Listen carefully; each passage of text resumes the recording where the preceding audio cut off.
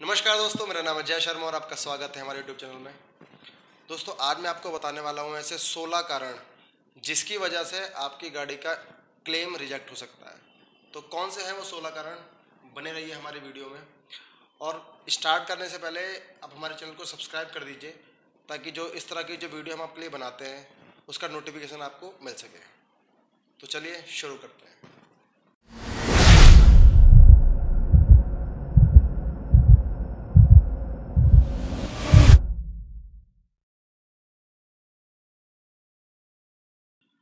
दोस्तों, जब भी आप गाड़ी का इंश्योरेंस परचेज़ करते हैं तो ऐसा ज़रूरी नहीं है कि जब भी इंश्योरेंस आपने परचेज़ कर लिया और आपकी गाड़ी 100% सिक्योर हो गई।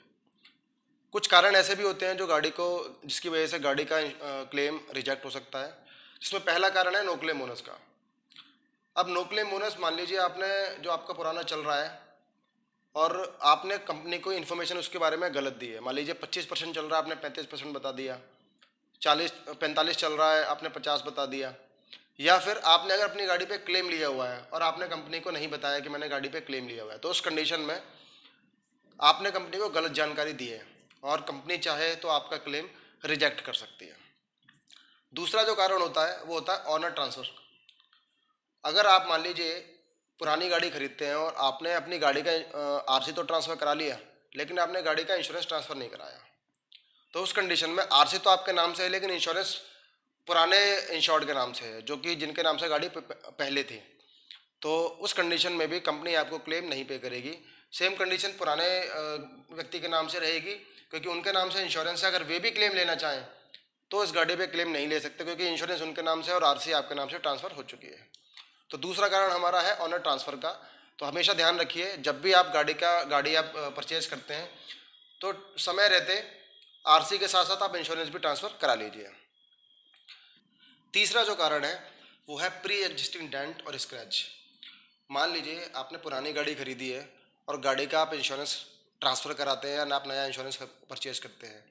सेम कंडीशन उन लोगों के साथ है जो लोग जिनका इंश्योरेंस लैप्स हो चुका है और वो गाड़ी का इंश्योरेंस करा रहे हैं, जिसमें गाड़ी की इंस्पेक्शन होनी है। उस कंडीशन में इंस्पेक्शन के दौरान जो भी डेंट या स्क्रैच होंगे वो आपको कंपनी आगे पे नहीं करेगी, क्योंकि वो ऑलरेडी उसमें लगे हुए हैं। या तो उससे पहले आप गाड़ी को अच्छी तरीके से ठीक करा लीजिए, या फिर अगर आप वहाँ पर फ़ोटो कराते हैं और वो डेंट या स्क्रैच उसमें आते हैं तो कंपनी के पास जब भी आप उसको लेके जाएंगे क्लेम के लिए, तो कंपनी आपका क्लेम रिजेक्ट कर देगी। तो ये हमेशा ध्यान रखें, जब भी आप इंस्पेक्शन करा रहे हैं या आपने पुरानी गाड़ी खरीदी है तो अगर उसमें कोई स्क्रैच या डेंट लगे हुए हैं तो उसको पहले ठीक करा लें, अदरवाइज़ कंपनी उसको कवर नहीं करेगी।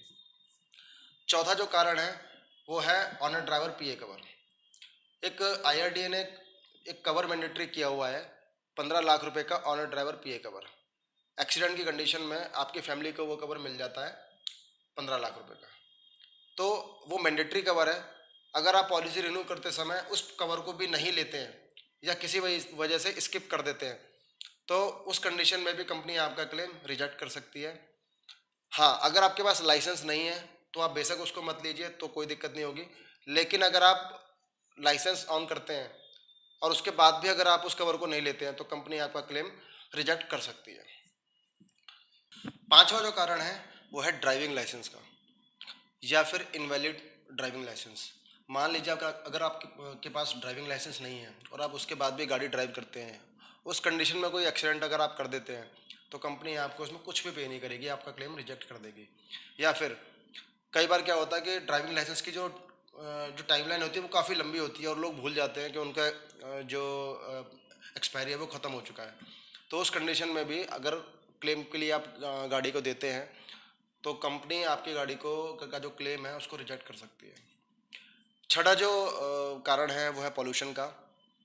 मान लीजिए आप गाड़ी का पोल्यूशन नहीं कराते हैं तो कई कंडीशन में देखा गया है कि कंपनी आपका क्लेम रिजेक्ट कर सकती है। तो हमेशा ध्यान रखें, जब भी आप क्लेम के लिए जाएं तो गाड़ी का पोल्यूशन जरूर अप टू डेट कर लें। सातवां जो कारण है वो है सीएनजी या एलपीजी का न बताना। अगर आपने अपनी गाड़ी में सीएनजी लगाई है या एलपीजी इंस्टॉल करवाई है तो उस कंडीशन में आपको कंपनी को बताना होता है और अपने इंश्योरेंस पॉलिसी पर उसको अपडेट कराना होता है। अगर आप बिना अपडेट कराए सीएनजी और एलपीजी पे गाड़ी चलाते हैं और उस कंडीशन में मान लीजिए एक्सीडेंट हो जाता है, तो एक्सीडेंट का कोई भी कारण हो, कंपनी चाहे तो आपके क्लेम को रिजेक्ट कर सकती है, आप उस पर दावा नहीं कर सकते। अगला जो कारण है वो है ड्रिंक एंड ड्राइव का। मान लीजिए आप गाड़ी चला रहे हैं लेकिन आपने ड्रिंक किया हुआ है या आपने कोई और नशा किया हुआ है, तो उस कंडीशन में भी अगर आप चाहें कंपनी से क्लेम लेना चाहें, अगर मान लीजिए कोई एक्सीडेंट हो जाता है, तो आपको कंपनी उसमें कुछ भी पे नहीं करेगी। नौवां जो कारण है वो है अपनी गाड़ी का गलत इस्तेमाल करना। अगर आपने प्राइवेट गाड़ी का कमर्शियल यूज़ किया, तो उस कंडीशन में भी कंपनी अगर चाहे तो आपकी गाड़ी का क्लेम रिजेक्ट कर सकती है। पर्सनल गाड़ी का कमर्शियल यूज़ से मतलब मेरा मतलब है कि मान लीजिए आपने कोई स्कॉर्पियो खरीदी लेकिन आप उसे ट्रेवल्स में चला रहे हैं, तो उसका कमर्शियल यूज हो गया। अगर आपको कमर्शियल यूज करना तो आप उस गाड़ी को कमर्शियल ट्रांसफ़र कराइए, उसके बाद आप उसको यूज़ कर सकते हैं। लेकिन अगर उस कंडीशन में एक्सीडेंट होता है तो कंपनी आपके क्लेम को रिजेक्ट कर सकती है। उसके अलावा जो 10वां कारण है वो है डिले इन इंटीमेशन। मान लीजिए आपकी गाड़ी का एक्सीडेंट आज हुआ, तो कंपनी को आपको 48 घंटे में इंटीमेट करना पड़ता है कि मेरी गाड़ी का एक्सीडेंट हो गया है, और लगभग एक हफ्ते के अंदर आपको कंपनी को जो अपनी गाड़ी है उसको सर्विस सेंटर में देना होता है। किसी वजह से अगर आप अपनी सिटी से बाहर हैं, कहीं भी कोई दिक्कत है आपको, तो आप चाहें तो 10वें 15वें दिन तक भी 20वें दिन तक भी दे सकते हैं, लेकिन उसका एक कारण बताओ, नोटिस आपको देना होता है कि मैंने किस वजह से वो आपको अभी तक गाड़ी नहीं दी थी। लेकिन अगर आप नोटिस नहीं दे पाते हैं, आप लेटर नहीं दे पाते कंपनी को, तो उस कंडीशन में भी कंपनी अगर चाहे तो आपका क्लेम रिजेक्ट कर सकती है। 11वां जो कारण है वो है नेग्लिजेंट बिहेवियर का। अब मान लीजिए कि आपकी गाड़ी का एक्सीडेंट हो गया, लेकिन एक्सीडेंट होने के बाद भी आपने अपनी गाड़ी को आगे तक बढ़ाया, आगे तक लेके गए, ड्राइव करके लेके गए गाड़ी को, तो इसका मतलब है आपने कंपनी के नियमों का उल्लंघन किया है। अगर आपकी गाड़ी का एक्सीडेंट हो गया तो आप गाड़ी को वहीं छोड़ दीजिए। उसके बाद हो सकता है गाड़ी चलने लायक हो, चलने लायक ना हो, आपको सीधा रोड साइड असिस्टेंस के लिए कॉल करना होता है, और सीधा जो वहाँ से कंपनी की तरफ से गाड़ी आती है वो आपकी गाड़ी को सर्विस सेंटर तक लेके जाती है। क्योंकि मान लीजिए कि आप गाड़ी को ड्राइव कर रहे हैं और आपकी गाड़ी का इंजन ऑयल लीक हो निकल गया सारा, तो उस कंडीशन में आपका इंजन सीज हो सकता है और कंपनी आपका क्लेम मना कर सकती है। ऐसे ही अगर आप मान लीजिए किसी एरिया में बाढ़ आ गई है या बहुत ज़्यादा बारिश हुई है और आप ज़बरदस्ती उस एरिया से निकल के उस गाड़ी को लेके जाते हैं, तो उस कंडीशन में भी अगर कंपनी चाहे तो आपका क्लेम रिजेक्ट कर सकती है। उसकी वजह से भी आपके इंजन का नुकसान हो सकता है। उसके अलावा जो अगला जो 12वां कारण है वो है की। मान लीजिए अगर आपकी चाबी है वो खो गई है और आपने कंपनी को इंटीमेट नहीं किया, आपने उसकी दूसरी चाबी नहीं बनवाई और आपने कोई भी एफआईआर नहीं की, उस कंडीशन में कंपनी चाहे तो आपका क्लेम रिजेक्ट कर सकती है। तो जब भी आपकी चाबी खो जाए तो सबसे पहले आपको एक एफआईआर करनी है, उसके बाद आपको इंश्योरेंस कंपनी को इंटीमेट करना है और जाके सर्विस सेंटर में जाकर आपको उस अपनी गाड़ी की एक नई चाबी बनवानी है, तभी आपको कंपनी क्लेम करेगी। इन केस चोरी के टाइम पर मान लीजिए गाड़ी चोरी होती है, तो उस कंडीशन में अगर आपकी गाड़ी की दूसरी चाबी उनको नहीं मिलेगी तो कंपनी आपका क्लेम रिजेक्ट कर देगी। 13वां कारण आपकी गाड़ी का स्पोर्ट्स एंड रेसिंग यूज़। अगर आप मान लीजिए अपनी गाड़ी का रेसिंग में इस्तेमाल करते हैं या अपने आप दोस्तों के साथ उस गाड़ी को के साथ रेस करते हैं और उस कंडीशन में आपकी गाड़ी का एक्सीडेंट हो जाता है, या फिर आप अपनी गाड़ी का स्पोर्ट्स यूटिलिटी व्हीकल की तरह यूज़ करते हैं, तो उस कंडीशन में भी कंपनी अगर चाहे तो आपका क्लेम रिजेक्ट कर सकती है। तो हमेशा ध्यान रखें कि, और ये नियम आपका जब पॉलिसी लेते हो तो उसमें लिखा भी होता है कि आप अपनी गाड़ी को रेसिंग यूज़ के लिए या स्पोर्ट्स एक्टिविटी के लिए यूज़ नहीं कर सकते। अगला जो कारण है 14वां कारण वो है नो पार्किंग का। नो पार्किंग या आप मान लीजिए इनवैलिड रोड्स। नो पार्किंग में आप गाड़ी को खड़ी करते हैं और उस कंडीशन में आपकी गाड़ी अगर लग जाती है तो उस कंडीशन में भी कंपनी आपका क्लेम रिजेक्ट कर सकती है। या फिर जहाँ पर आपकी गाड़ी का जाना अलाउड नहीं है और आप वहाँ पर ज़बरदस्ती जाते हैं, जैसे मान लीजिए कोई टू व्हीलर है और वो एक्सप्रेस वे पर अगर कोई फ्लाईओवर बना हुआ है और कंपनी, कई बार आपने देखा होगा कि वहाँ पर एक साइन लगा होता है जिसमें बाइक होगी और उस पर क्रॉस का निशान होता है, तो इसका मतलब ये है कि उस फ्लाईओवर पे आपकी बाइक अलाउड नहीं है या उस हाईवे पर आपकी बाइक अलाउड नहीं है।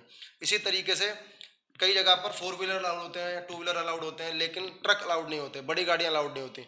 तो उस कंडीशन में भी अगर आप उस जगह पर ज़बरदस्ती जा रहे हैं, आप नो पार्किंग एरिया में या फिर इनवैलिड रोड्स पर आप जा रहे हैं जो आपके लिए अलाउड नहीं करता, वहाँ पर भी कंपनी आपका जो क्लेम है उसको रिजेक्ट कर सकती है। तो हमेशा ध्यान दें, अगर आप टू व्हीलर चला रहे हैं तो जहाँ पर अलाउड हो सिर्फ वहीं पर चलाएं, क्योंकि क्लेम के कंडीशन में अगर कोई एक्सीडेंट होता है तो उस कंडीशन में कंपनी आपका क्लेम रिजेक्ट कर सकती है।